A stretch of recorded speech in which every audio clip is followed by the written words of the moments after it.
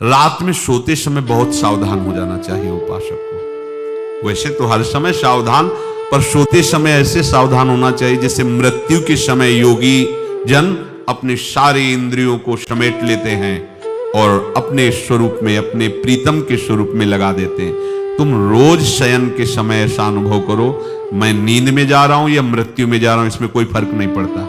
पता नहीं आंख खुले कि ना खुले। कितने ऐसे हैं कि सोते ही रह गए।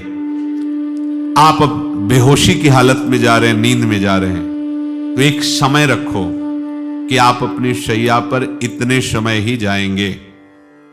एक नियत समय रखो। हमने देखा है साधुकों का एक समय होता है कि 10 बजे हमें लेट जाना है, सोना नहीं, लेट जाना है और लेटे हुए भगवत चिंतन करना। अब जब सो गए तो सो गए, नहीं सो गए तो उसमें हमें टेंशन नहीं लेना, या अभी नींद नहीं आई, 10:30 बज गए, 11 बज गए, ये नहीं।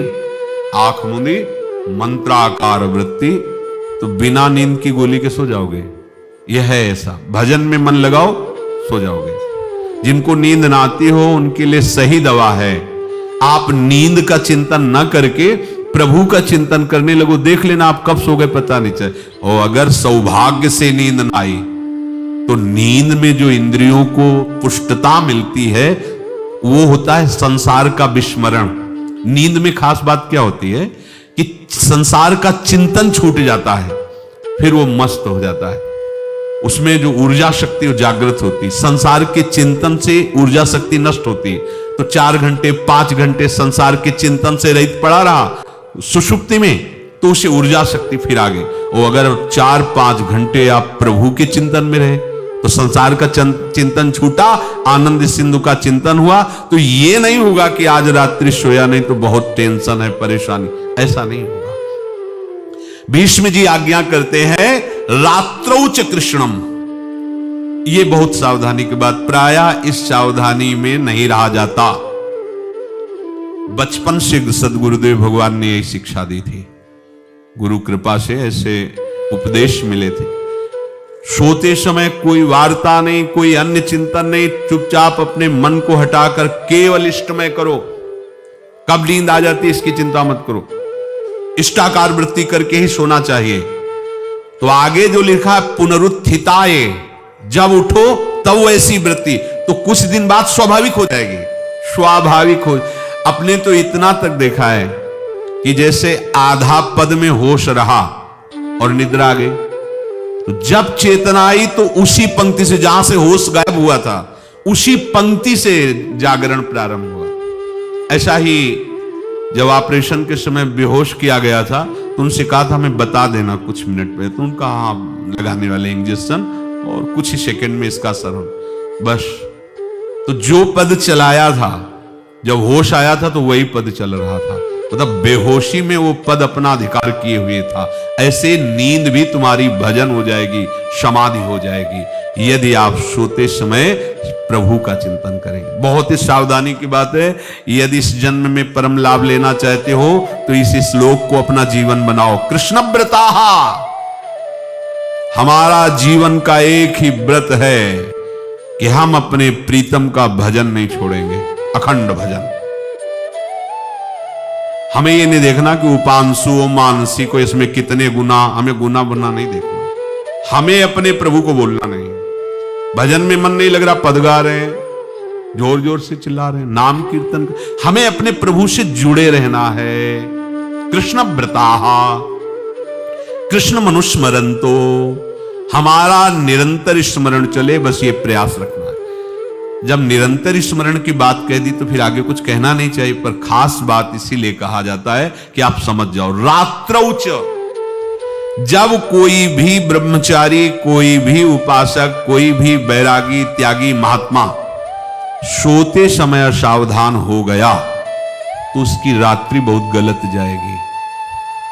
खास जब आप सैया पे शयन करते उस समय असावधानी हुई तो विकार छा जाएगा, ध्यान रखना। आपका चिंतन गलत हो जाएगा, आपकी चेष्टा गलत हो जाएगी, जागृत में ना सही तो स्वप्न में। आप सावधान उस समय जरूर रहिए और उतना ही विश्राम कीजिए जितना आवश्यक हो। व्यर्थ में करवटें मत बदलिए, ये उपासक का स्वरूप नहीं होता।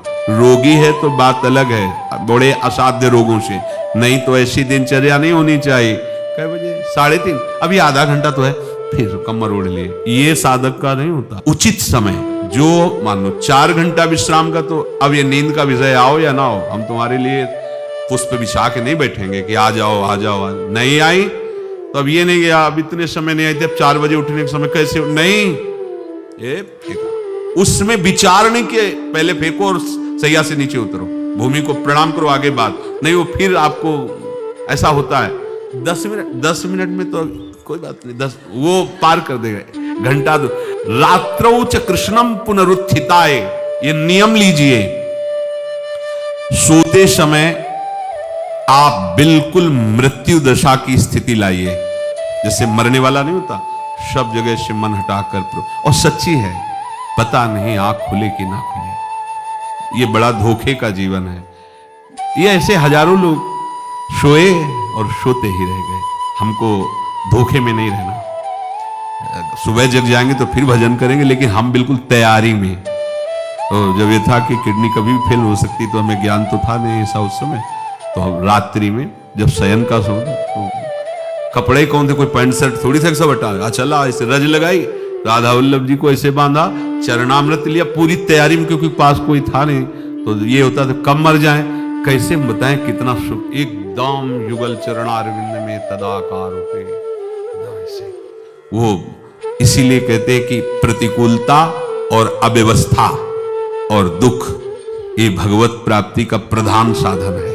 अव्यवस्था, प्रतिकूलता और दुख, ये अभ्यास उसी से। जब शाम के शयन करते तो पहले वृंदावन को प्रणाम करके और ऐसे भावना में प्रिया प्रिया कहते कि जैसे भी आपके, अगर शरीर छूट जाता है रात्रि में तो आप धोखा ना करना, आप बुला लेना अपने। और कैसे बताओ उस समय कैसे भाव होते थे, कोई पास नहीं, कोई सुविधा नहीं, 1 रुपया नहीं, तो एकदम दैन्यता, एकदम कितना सुख मिलता, वो एकदम केवल भगवद आश्रित।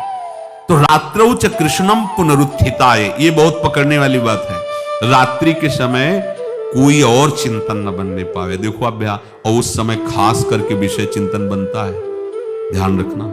दिन भर लड़ते रहोगे इंद्रियों से, और जब आप शयन के समय जाओगे तब वो अवसर ढूंढेंगी और आपको विषयों में फंसाने की चेष्टा करेंगी। कोई क्रिया या पूर्व में कोई क्रिया या कोई दृश्य या कोई बात, अगर कहीं मोबाइल से मित्रता है और बगल में रखा है तो भूल जाओ, रात्रौ च कृष्णम पुनरुत्थिताचे। जब तक नींद नहीं आती तब तक फिर वो ऐसी सामग्री डाल देगा कि बर्बाद हो जाओगे। साधक मान लो, हमारी प्रार्थना मान लो, हम मानते हैं कि आज के समय में यंत्र का बहुत बड़ा प्रभाव है। अब यंत्र का प्रभाव देख लीजिए, ये छाती पे मोबाइल होगा, यही धड़कन के साथ वो घंटी बजे और कुछ नहीं, ऐसा भगवान का खेल रचा है। और इसमें सबसे खतरनाक बात है कि आप जो चाहो देख सकते हो, जहां चाहो, जैसे विश्व की पूरी बात, पूरा विश्वात्मा है, ये विश्वात्मा स्वरूप है, सर्च करो देख। अब अगर साधक सावधान नहीं है तो समाज में तो ऐसे कट गया। एकांत में जब शयन के समय गया, उस समय मन आपको फंसाने की चेष्टा। प्रार्थना है, अगर आपके पास मोबाइल हो तो एक उसका समय रखो। अगर आपको ऐसा लगता है कि कोई परिस्थिति आ जाए, हम स्विच ऑफ किए हैं, तो एक और मोड कहते हैं, कोई फ्लाइट मोड दो, क्या मोड में लगा दो, सीधे मत रखो, मोड में लगा दूर रख दो। आप अपने चित्त को प्रभु में जोड़िए। रात्रि के समय मोबाइल का प्रयोग मत कीजिए। मान लीजिए रात्रौ च कृष्णम पुनरुत्थिताय, सुबह उठते ही आपको कुछ चिंतन नहीं करना। सबसे पहले उठते ही, यदि आपके अभ्यास में आ गया तो ऐसा ही होगा, नहीं तो आपको पहले सदगुरुदेव भगवान का प्रणाम नमस्कार और कुछ भक्तों का, और फिर नाम जप। भले 5 मिनट ही करो, अपने आराध्य देव का सुमिरन, फिर अपनी दिनचर्या करो।